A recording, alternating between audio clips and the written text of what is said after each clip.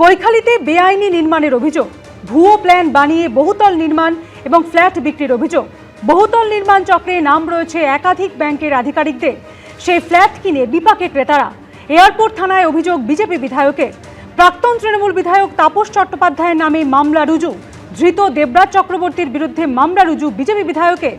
একাধিক ব্যাংকের আধিকারিকদের বিরুদ্ধে মামলা রুজু তরুণজ্যোতি তিওয়ারি। বিধাননগর পুর নিগমের মিউটেশন কমিটিতে ছিলেন দেবরাজ। পদের অপব্যবহার করে নকল প্ল্যানে বানানো হয়েছে ফ্ল্যাটের মিউটেশন। সেই বেআইনি ফ্ল্যাট ভাঙার নির্দেশ বিধাননগর পুর নিগমের। যে জায়গায় হয়েছে এটা আমার বিধানসভা এলাকার মধ্যে পড়ে না, আমার কাছে কোনো নোটিশ আসেনি, এমনটাই দাবি প্রাক্তন তৃণমূল বিধায়ক তাপস চট্টোপাধ্যায়।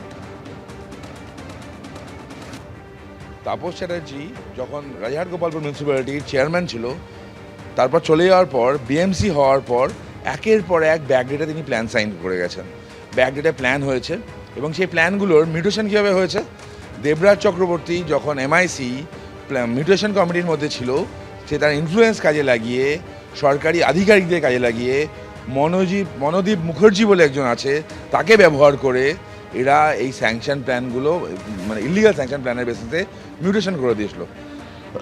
মানুষ রেগুলার ট্যাক্স দিচ্ছে, তো আবার যখন মামলা হয়ে যাচ্ছে তখন তাদের বাড়ি ভাঙার অর্ডার হচ্ছে, কারণ প্ল্যানের খোঁজ পাওয়া যাচ্ছে না। সিন্ডিকেট অফেন্স, ইকোনমিক অফেন্সের আর সিন্ডিকেট অফেন্স, যার পানিশমেন্ট হচ্ছে লাইফ। আমার বিশ্বাস এয়ারপোর্ট পুলিশ এটা ঠিকঠাক তদন্ত করবে এবং তাপস চ্যাটার্জি সহ যারা যারা আছে তাদের অবিলম্বে গ্রেপ্তার করবে।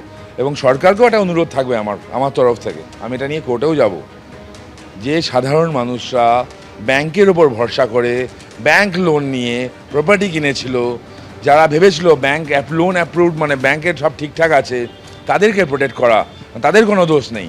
আর এই চোর যেগুলো আছে, এদের প্রচুর প্রপার্টি আছে, এদের প্রপার্টি অ্যাটাচ করা হোক, প্রপার্টি অ্যাটাচ করে সরকার যে ক্ষতিটা হয়েছে রাজস্ব ক্ষতি সেটা পূরণ করা হোক, সাধারণ মানুষের উপর যেন অত্যাচারটা না হয়।